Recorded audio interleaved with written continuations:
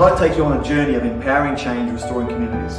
That's our vision statement, but it's also our passion to see communities restored and changed through bringing hope to people that feel hopeless. We want to bring hope to them and help make a world of difference in their lives. You can be involved by donating funds or gifts in kind. What we really need is not just the one-off donations, but we need people to give regularly. This enables us to be able to manage our programs, to budget them and organically grow through sustainable. Many people giving $5 for going a coffee, for getting their cappuccinos, every week giving $5 will make a massive difference to the lives of the people. You can also be involved by going. We have mission trips, humanitarian trips that go to the Philippines and other countries, make a difference in those communities. So I encourage you to be a part of those teams, whether you have a skill or not. We can have tradespeople, nurses, doctors, but also anybody that can go and make a difference and bring hope will be a big part of the change we need. And what if you can't go or give? I encourage you right now to become an advocate. We are needing advocates who will not only share our pages and have birthday fundraisers, but also to be able to have fundraisers themselves and help raise money for the cause and advocate on behalf of the people that are struggling. Thank you very much in advance for your help. And let's all together empower, change and restore communities. God bless you heaps, guys. I appreciate you all.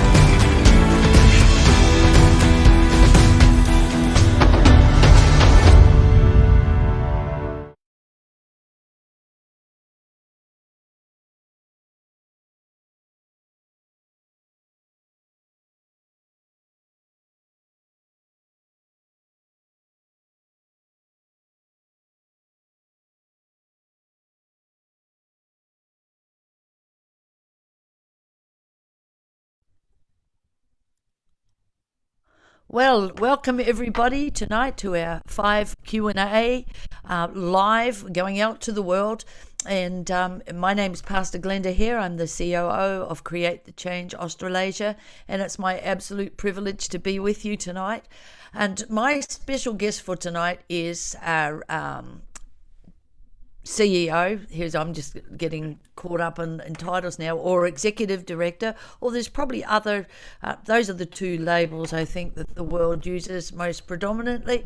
Pastor Russell Wright, who's also the founder of Create the Change Australasia, with 26 years of field experience and more than 30 years involved in disaster relief activities.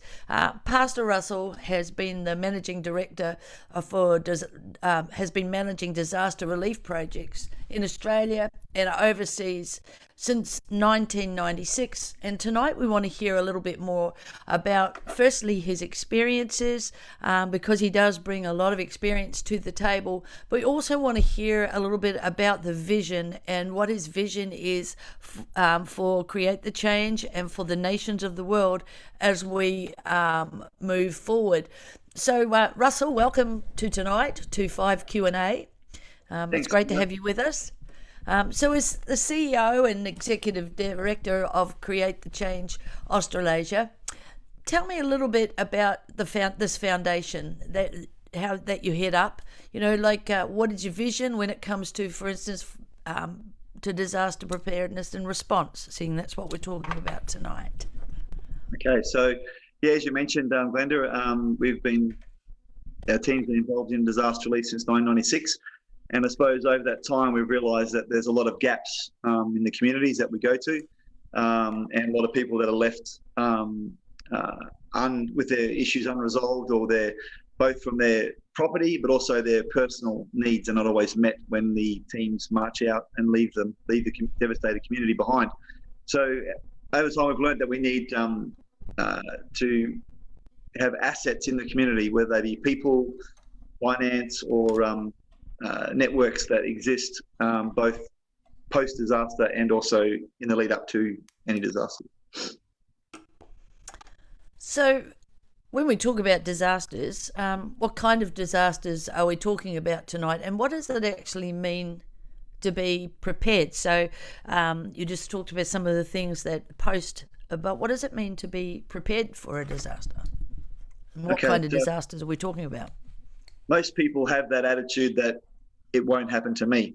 So both from an individual, but also from a community perspective. So communities are much better. When I first started doing this in '96, Emergency Management Australia saw the need, and there's been a lot of improvement in this area to the point where the process is definitely available for someone to go and search out, but they're not easy to find. And secondly, resources are used sparingly depending on how well they've been fundraised. So being prepared is having people in town that already know that when a disaster comes, what is my role?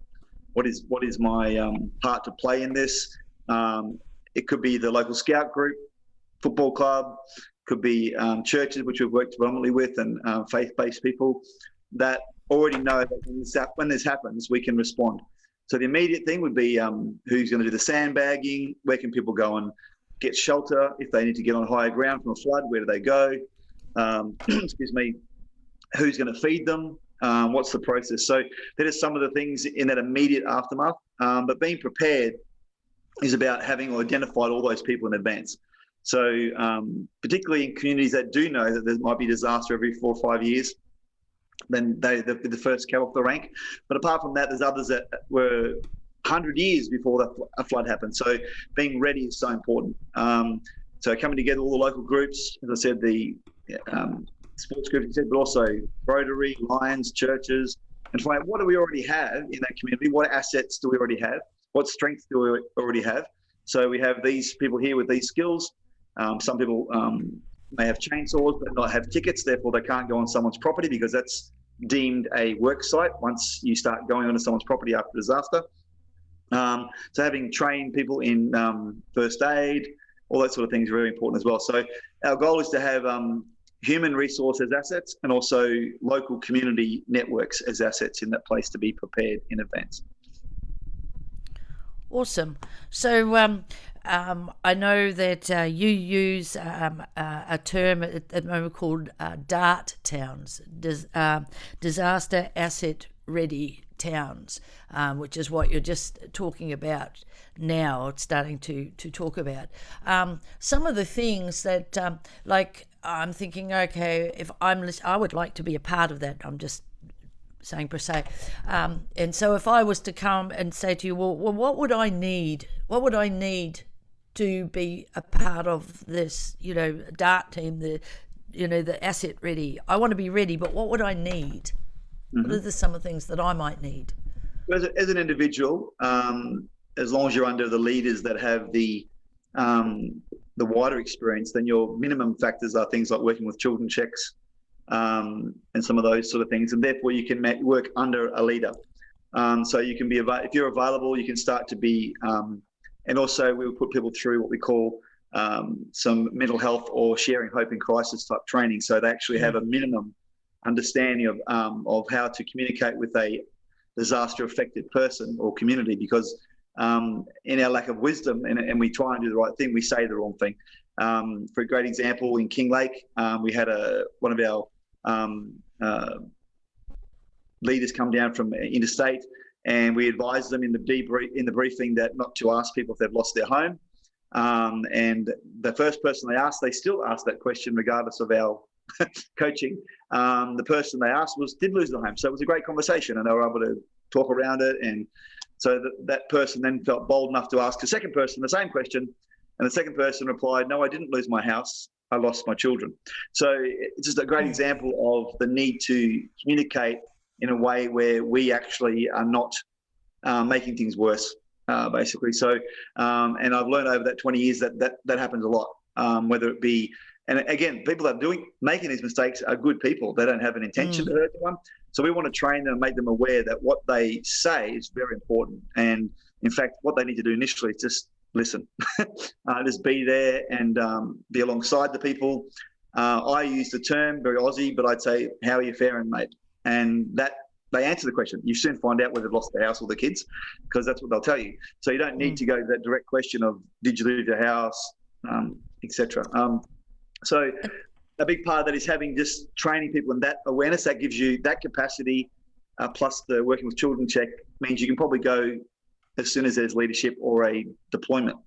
As far as leaders, we want to train people. In fact, all level volunteers want to train them to be the best volunteers they can be. So, for example, if you had in mind A, B, C type volunteers, the A's would have all the tickets and all the required chainsaw tickets, first aid, working at heights, etc. Bobcat tickets. B might have half of those, and a C might just be your normal volunteer who comes in and works alongside people, and they may have no ambition to have any more tickets, so they want to be there, and everyone can help, from making cups of coffee, tea, etc. But even those tea, coffee people, we want them to be trained at least how to communicate and not do any further damage to the community. That's really, really good. And I guess in that training, what it does is it gives people a little bit more confidence, because sometimes people say, I want to help, but I don't know how.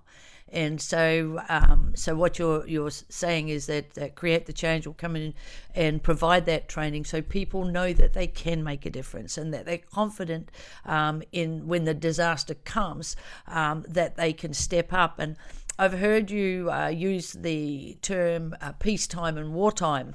Can you tell me a little bit about that? I can, yeah. So that sort of, you get to learn some lingo or some conversation that you didn't know before. But in 97 actually, I visited Canberra and met the Director General of Emergency Management Australia, and that's where I learned some of this terminology. So Australian government, when they deploy disaster through emergency management, they think of it like a war. And so basically, you have your trained teams that will go into that war zone and they will deploy and make a difference. So peacetime is when there's nothing happening. So there is no disasters, it's downtime, and it's very easy to do nothing during peacetime, and because you wait to react when the time comes. But what other disasters help us do is to learn what things we do need to do in peacetime, so we're ready.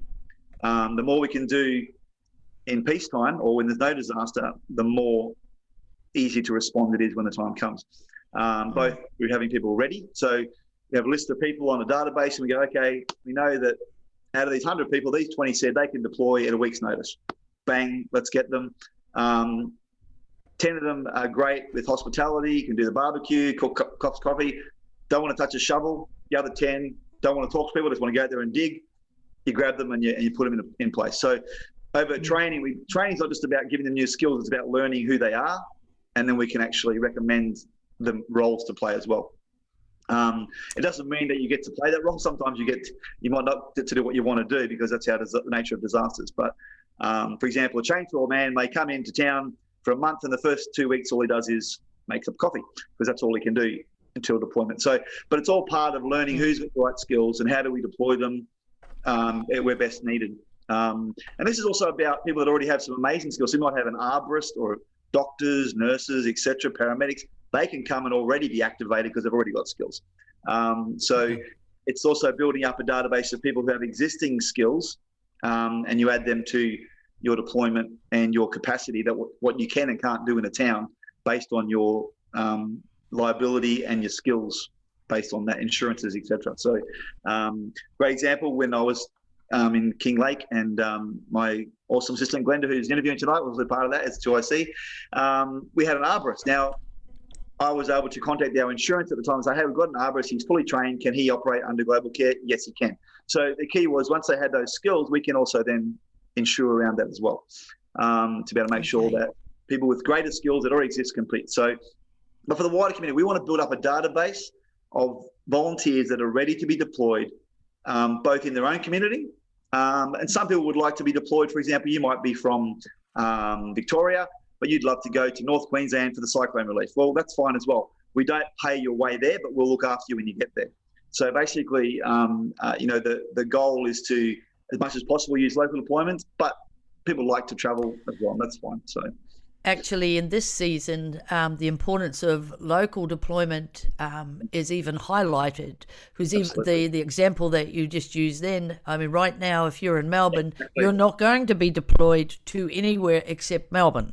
And so where in the past we could pull volunteers from anywhere around Australia, and I know, again, referring back to King Lake, we had people from pretty much every state in Australia, including WA.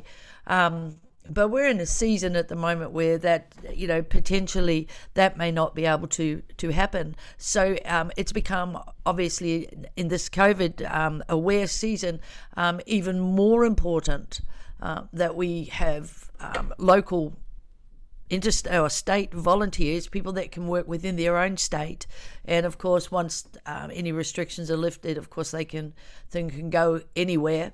One of the questions I want to ask you, because I know it gives a great opportunity just to share some stories, but I know that everything gets donated towards disaster preparedness and response. Everything that gets donated has this amazing capacity to increase, whatever it is, and exponentially increases, often way beyond our wildest imaginations. And that's due in part because of the way I know that you gather and mobilize your volunteers. And, we can speak into that a bit more in a moment. But I also know that's because you know and understand the law of giving, and you insist. And I mean insist. It's not a conversation. You insist on integrity, and you insist on transparency in everything that you do, particularly in the way that donations are handled and support is handled. Can you tell us a little bit more about this? Like, how does that law of giving work? Where do you source your volunteers? And maybe you could share a story or two about how you've seen this work. Absolutely. I obviously, as a pastor and as a Christian, I believe that God is ultimately the one opening these doors, but also believe that the provision comes in moving towards the need. And so King Lake was a great example. I hadn't done Australian disasters for about 6 years at that point. I'd only been doing overseas for 6 years, even though I did Australia from 96 to 2003. So in 2009, I went to King Lake. All of my natural connections through the government, the disaster management, were all retired, finished, gone. So it was a whole fresh slate. I went to King Lake through the door opening of a chaplain, Pastor Craig Anderson. Day one, I had 3 business cards left from my previous time in Australia. So I went around looking for that key person, gave the business cards out, and came home to my bedroom that night with nothing. So I went back the next day and said, Lord, I need to find the right person. I was asked to go and deploy for a month. So I was looking for that. How am I going to stay here for a month? I saw a lady being interviewed by Channel 9. I listened to the interview just off to the side, and I heard her leadership and what she was commenting on. So when she finished, I introduced myself, coordinator for Global Care, and my experience. And she said, what did Global Care do? And I said that we are here for the long haul. When the army goes, everyone else goes. When I've been involved in disasters, we want to be there when things get tough. She said, how long will that be? And I literally said, who knows, maybe 2 years. So that was what a statement made in day 2 of the disaster. As a result of that conversation, she invited me to the emergency disaster meeting today, which were the army, police, ambulance, etc. I went to those morning meetings, and after there was 2 meetings a day. In those meetings came the favour where we realised that when the army goes, most organisations don't have the capacity of the army to do anything. They've got to go back to their board or their team and make sure, is it okay? A great example of one of the meetings was that there were wombats starting to walk out on the road, sadly passing away from the burns. And in the meeting was the RSPCA. So, of course, in front of me and everyone else, the RSPCA were asked, can you fix this problem? People were very distressed over this. Their reply was, no, that's Vic Rhodes' job. That's not our job. So our team fixed it, basically. We went and got them, we buried them, etc. So Great example. And so I found myself every day in a meeting, there was always these things coming up that no one could do. So out of that, we needed provision. We had the least resource, but we had the yes. We wanted to do things. We wanted to help people. We saw everyone was in queues waiting to get seen to. We saw people repeating their name and their condition and their situation over and over again, day after day, to different people, all government people quite often, but different parts of government.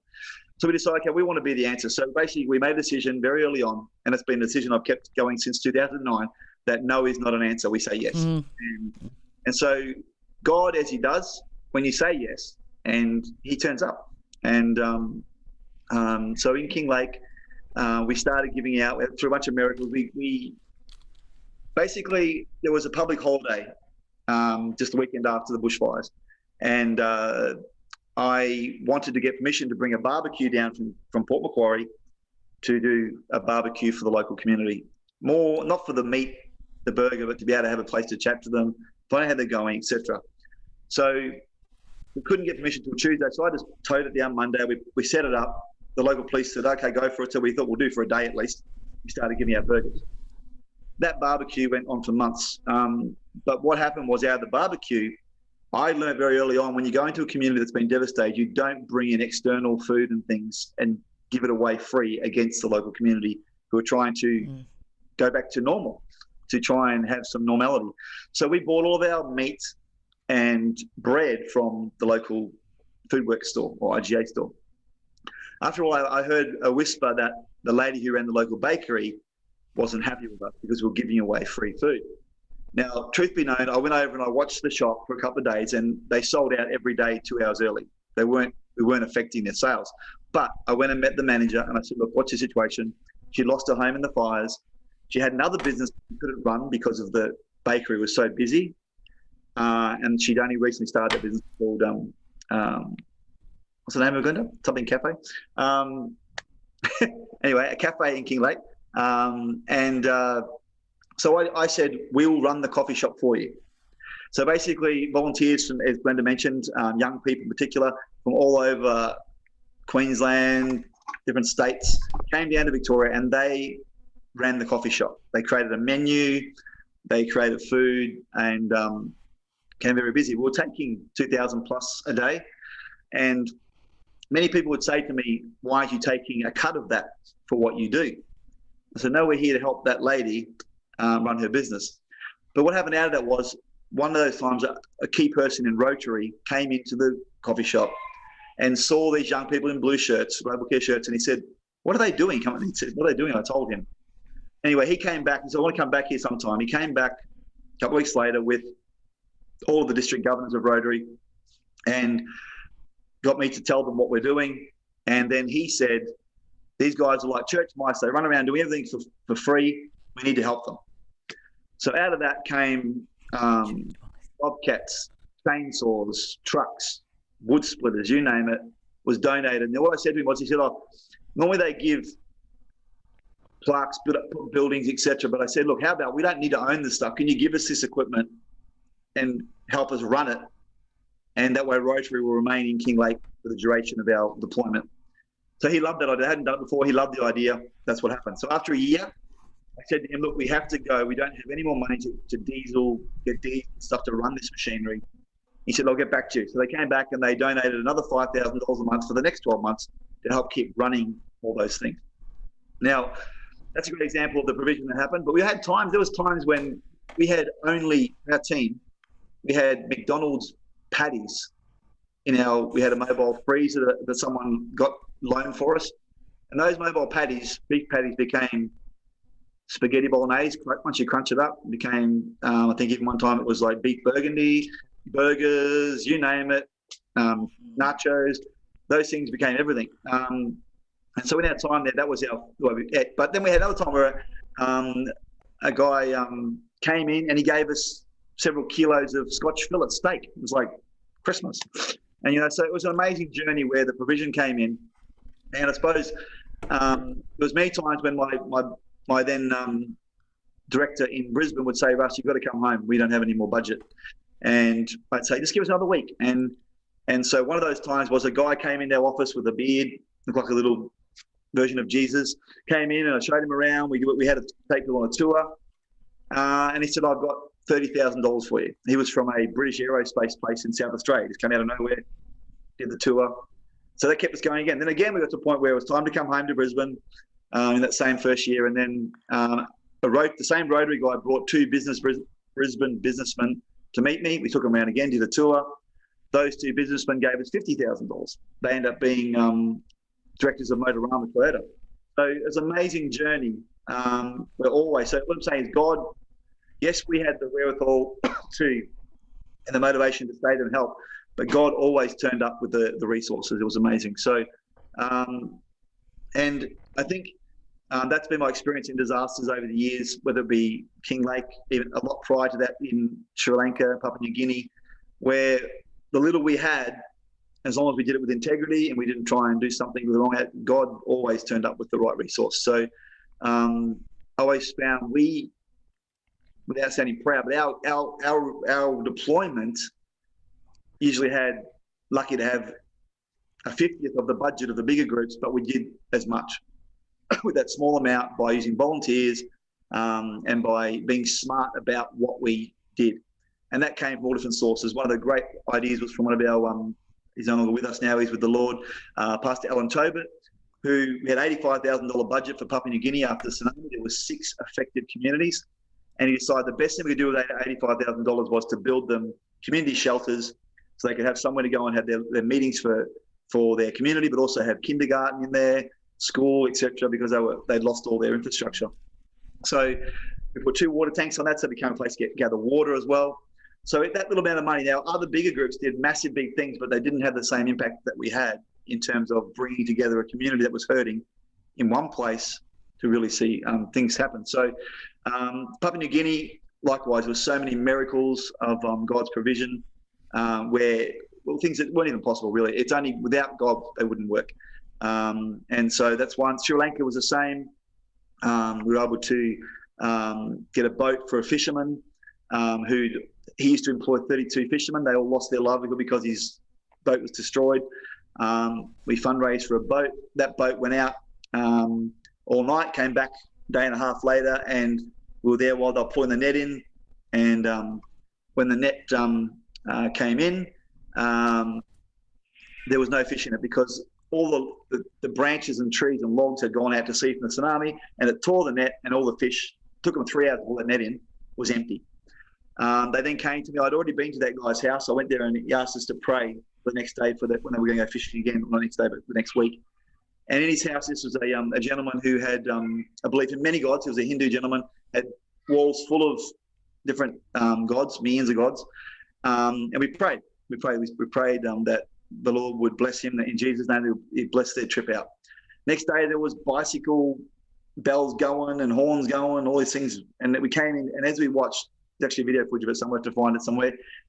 As they brought in a 450 kilo catch of fish. And this was like, wow, 5 days, just pouring this stuff into another boat.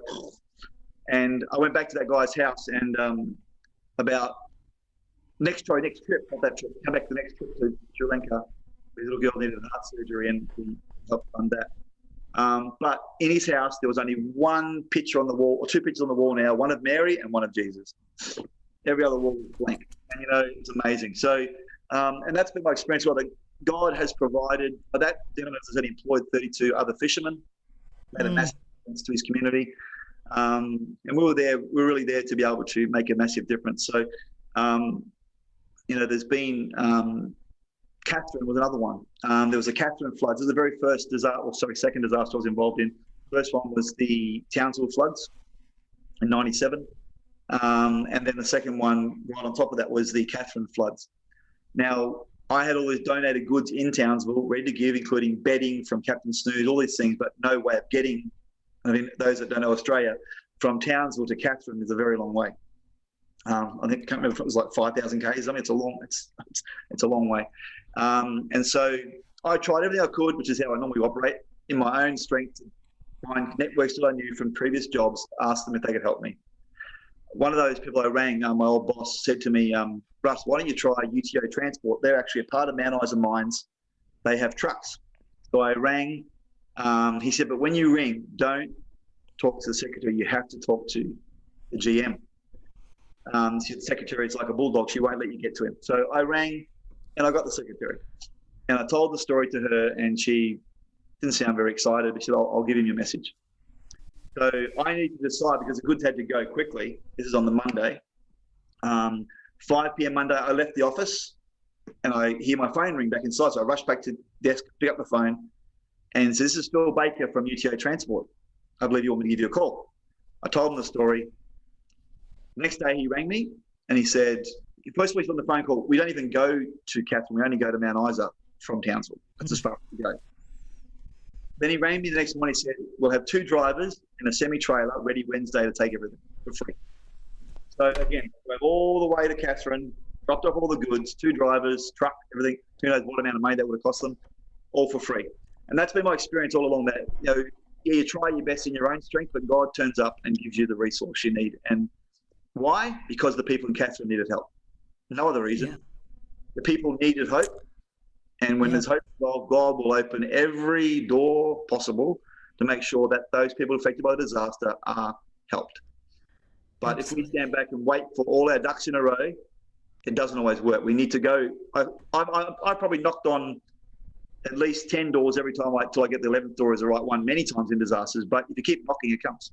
The right one comes. But also, when I'm knocking on the 10 doors, I always still try and keep that information, because that's for later. I don't think there's ever wasted a contact or wasted a person along the journey.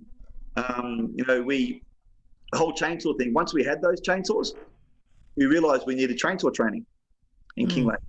So I was walking along trying to work out, how do we do this? I had no budget. And then I picked up a car. Literally, when you pick up a car off the ground, it has that sort of from the rocks gravel look on a business car. It's all been stood on.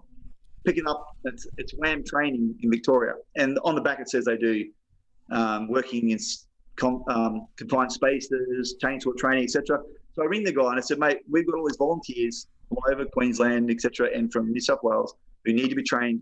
He said, I'll do it for free. So he came down, he did 2 separate trainings, and he trained our guys, got ID cards for them, and they were now able to go and operate chainsaws on properties in Kinglake. That man ended up we flew him to Queensland, 211 floods in Grantham. He did free training again. All we did was pay his accommodation and flights. He came to Innisfail in North Queensland, did the same again. So often they pick up the little card on the ground.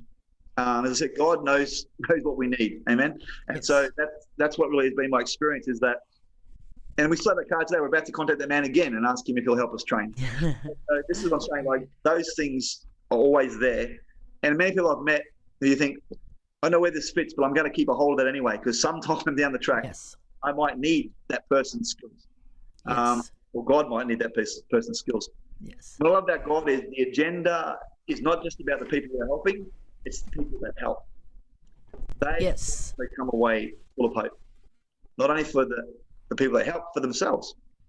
I've learned one thing, and it's one of our passions that Pastor Glenda and I have, is to help broken people to help other people that are broken. It's a healing process, absolutely. The amount of people I've seen lives transformed by helping someone else is amazing. And so if you want to volunteer, don't think that you're disqualified because of your capacity, whether you're depressed, anxious or whatever. We'll find a place for you under leadership. So, training first, obviously, but after training, we will make sure that we can deploy you in some manner. That's awesome.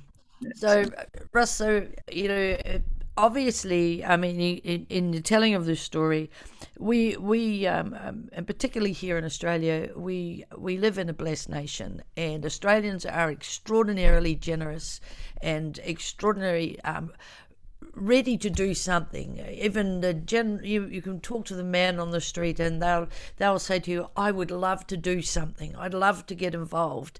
And as you're telling the story, I could see here is the need on one hand and here is the resource on the other. And in your role was then with Global Care, but now with Create the Change, of course, is to actually marry those two together. Not only is the need met, but the giver also receives something because they've been able to be involved.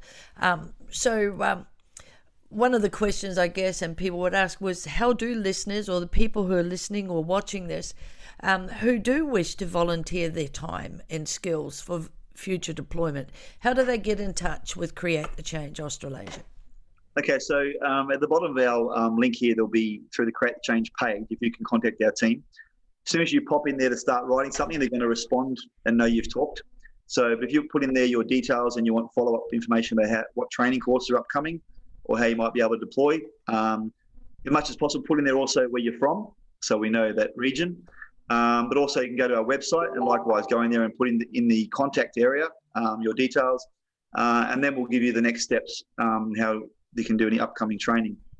So if you got that, we have, with this, where D.A.R.T comes in. I think one of our guys might be able to put that up on the screen for us.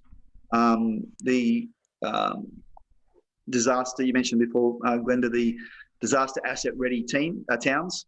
Yes. And so this initiative is about having teams that are trained in that area.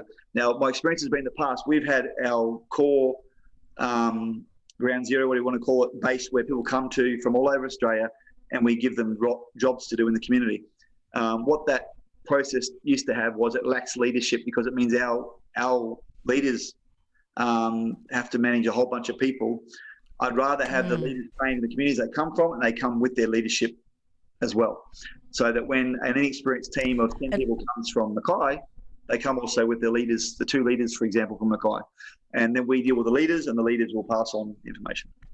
Okay, so people, if people are listening and they want to train their leaders or have their leaders trained, if they were to contact you through Facebook, through your LinkedIn page, through the links that are will be on the bottom of this video, you would then be able to follow them through. And maybe there's somebody listening tonight, and you've got a team of volunteers, you've got a whole bunch of people. Maybe you're a local church or a local sporting group. You've got a bunch of folk who just say, we want to do something, we want to make a difference in our community, but we have no idea where to start. We don't know what to do. I don't even know what to do with these people.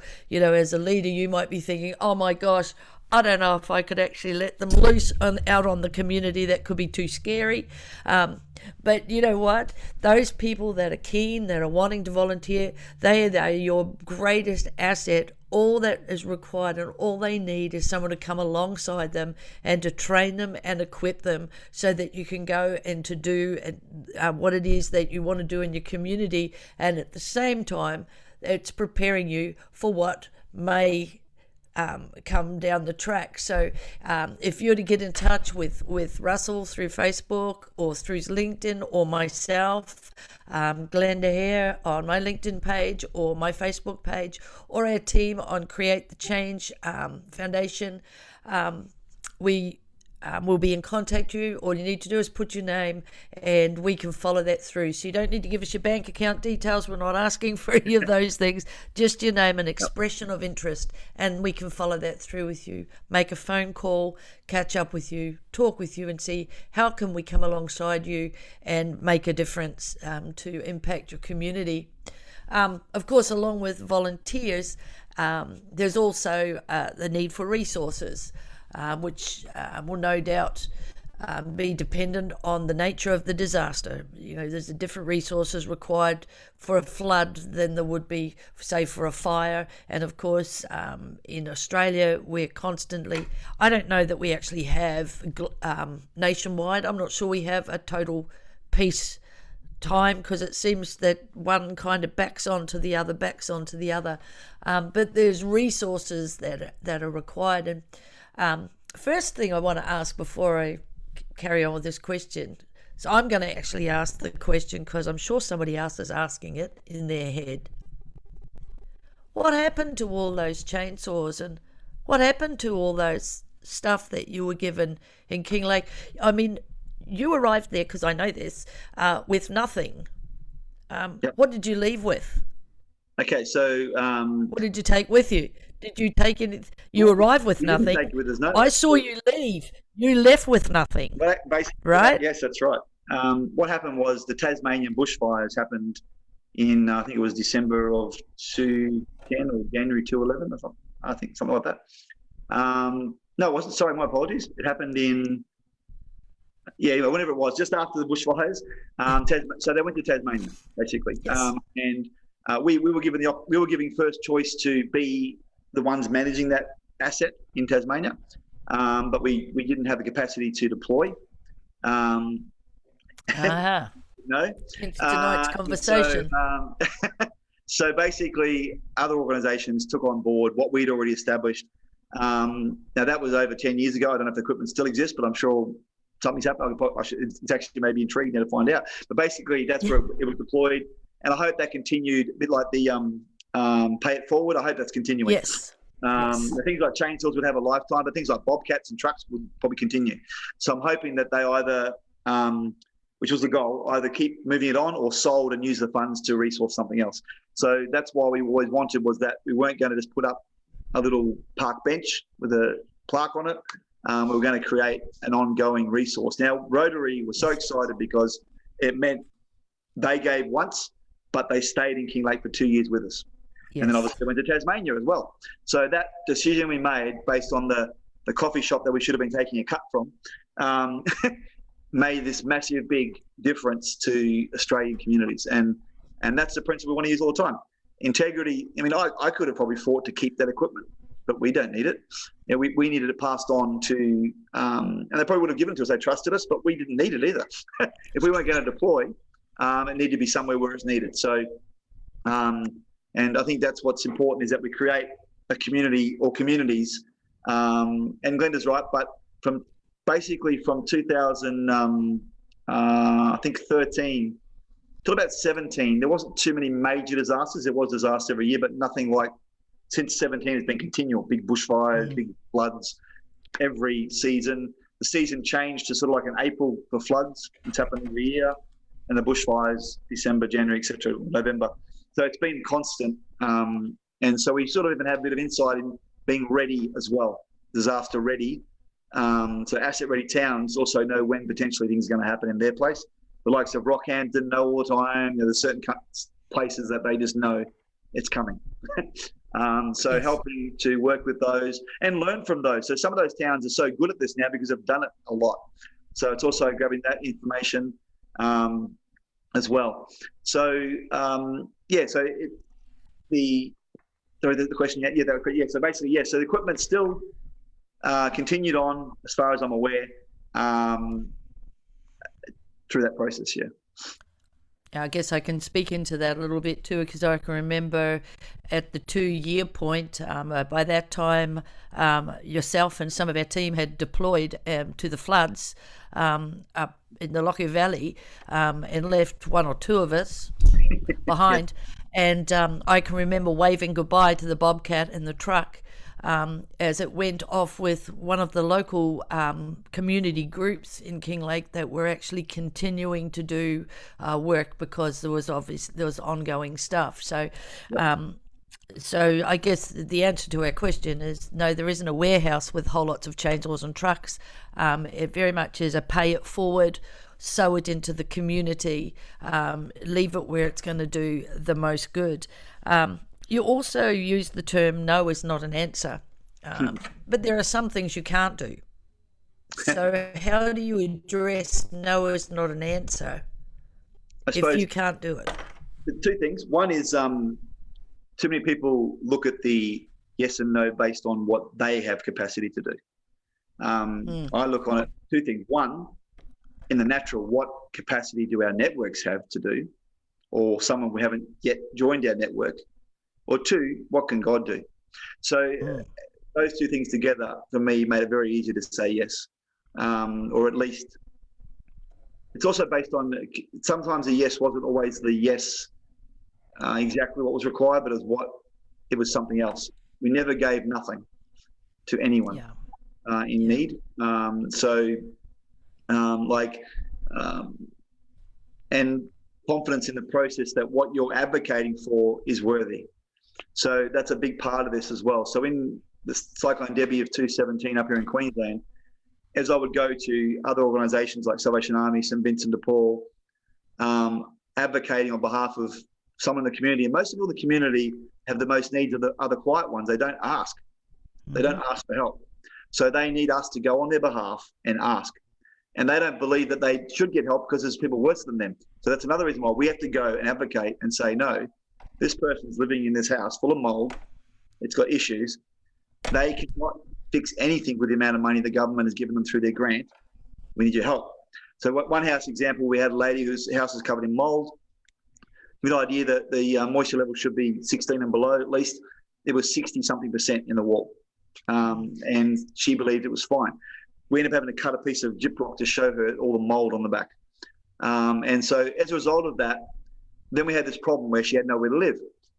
So we literally advocated to Salvation Army to get a caravan outside our house. We brought in donated gyprock. We got funds from Salvation Army to pay the tradesmen who did it at a cheaper rate to come and redo all the walls.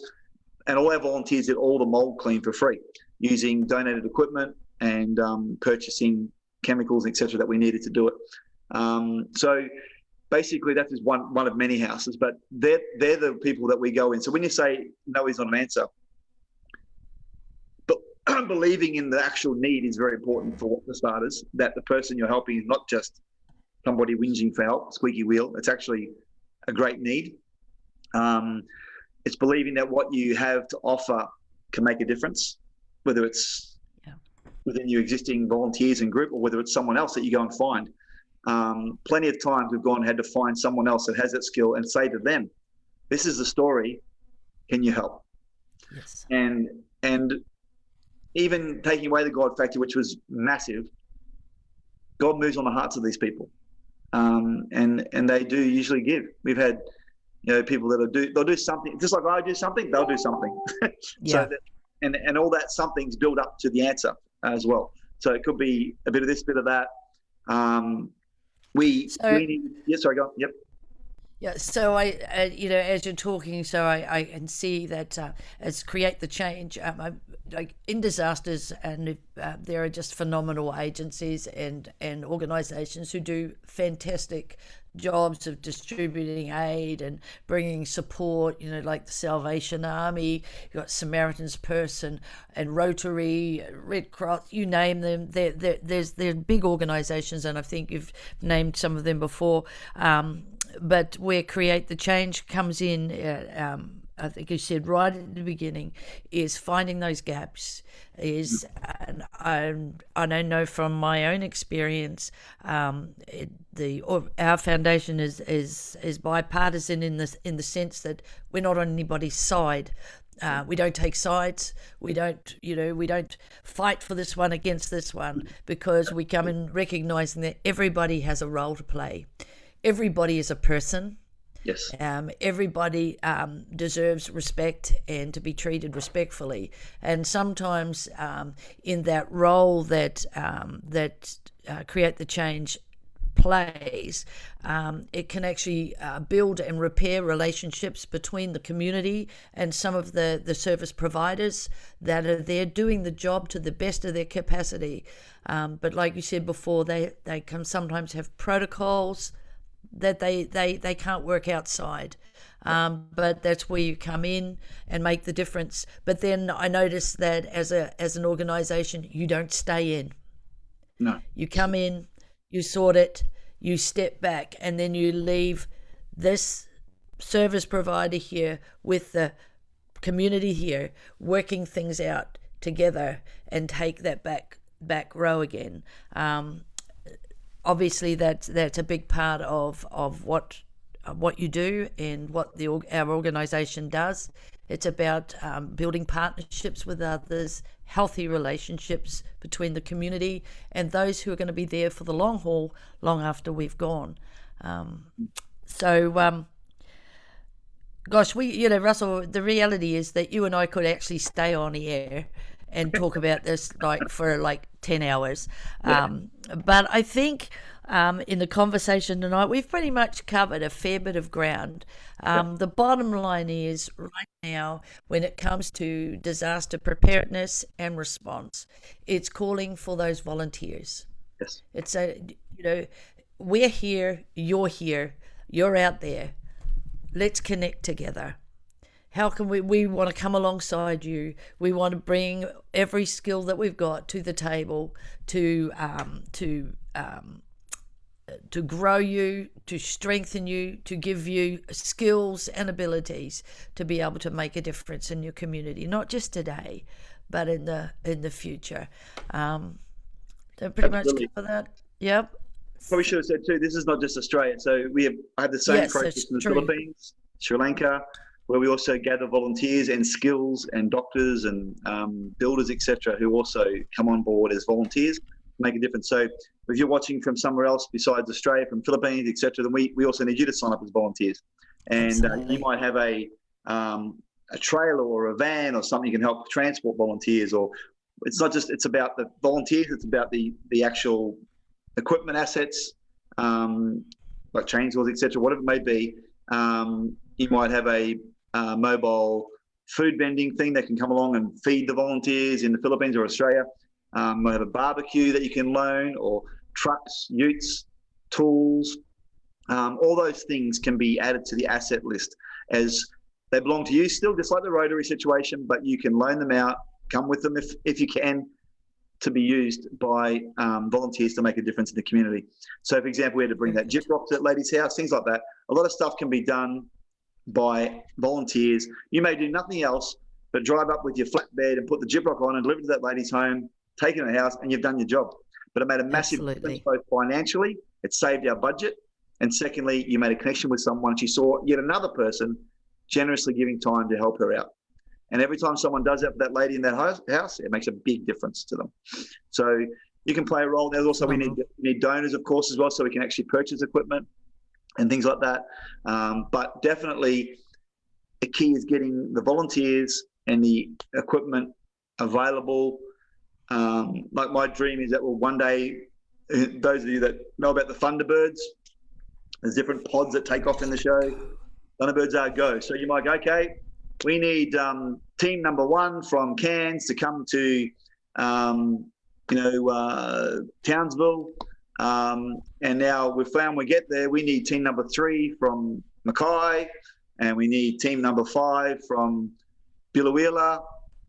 We need team number 6 from Mount Isa. Now we can do the job. Yeah. So basically, you bring your equipment that you had there, or you might come and use equipment from some, might be, for example, Mackay's got a truck, but they don't have any volunteers at the moment. Oh, Mount Isa, can you come and do that?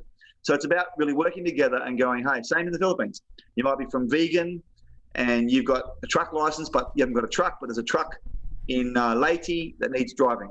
So it's all about using our resource and making a difference. And so the funds we want is to be able to fly those people, those volunteers in those situations in the Philippines, or to be able to feed them and house them in Australian situations to make sure that we can have our volunteers deployed as required. Awesome.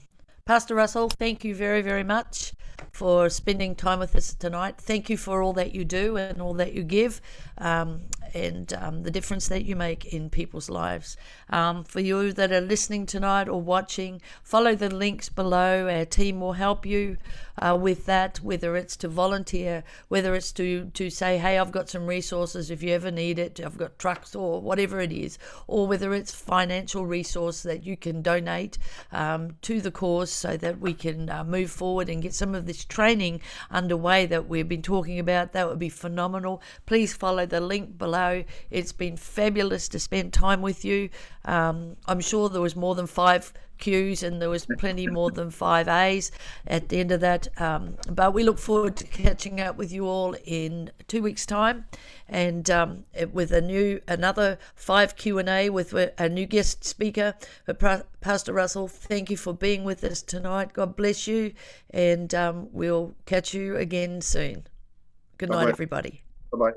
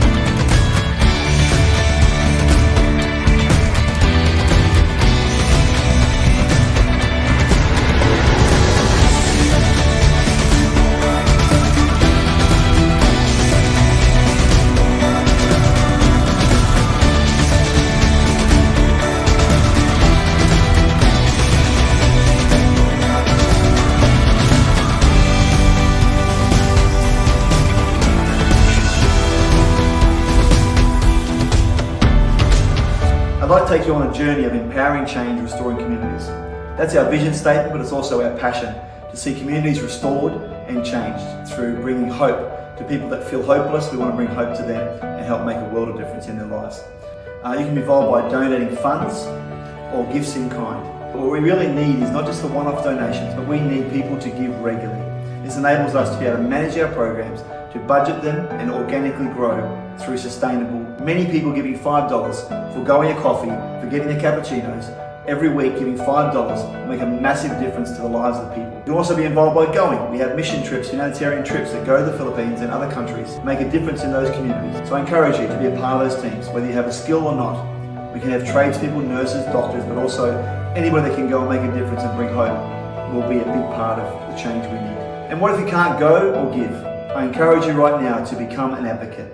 We are needing advocates who will not only share our pages and have birthday fundraisers, but also to be able to have fundraisers themselves and help raise money for the cause and advocate on behalf of the people that are struggling. Thank you very much in advance for your help. And let's all together empower, change and restore communities. God bless you heaps, guys. I appreciate you all.